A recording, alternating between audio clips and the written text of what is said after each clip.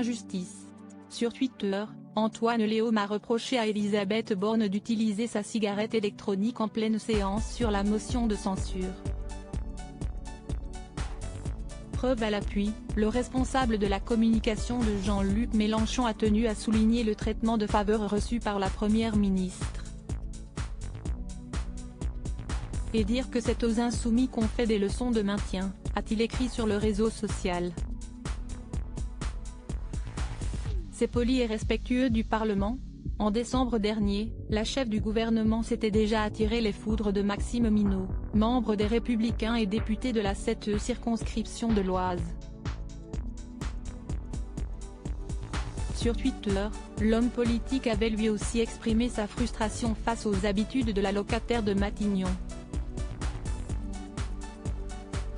Ras-le-bol de voir, encore et encore, @Elisabeth-Borne vapoter tranquillement pendant que je pose une question au gouvernement à @Assemblina. Malgré le coup de gueule de l'élu, il semblerait que la première ministre ait continué à satisfaire ses besoins de nicotine dans l'hémicycle, au grand dam des autres membres de la majorité. Supérieur à Elisabeth Borne, Bruno Le Maire. Découvrez les ministres alors débuteuse. Elisabeth Borne enfreint la loi en vapotant dans l'hémicycle. Non contente de pousser à bout ses collègues en continuant à vapoter dans l'hémicycle, Elisabeth Borne démontre un mépris total de la loi.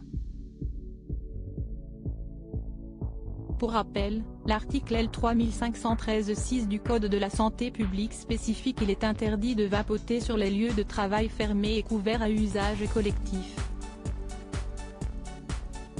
Selon le site du service public, la première ministre s'exposerait à une amende de 150 € à chaque fois qu'elle sort sa cigarette électronique dans l'hémicycle.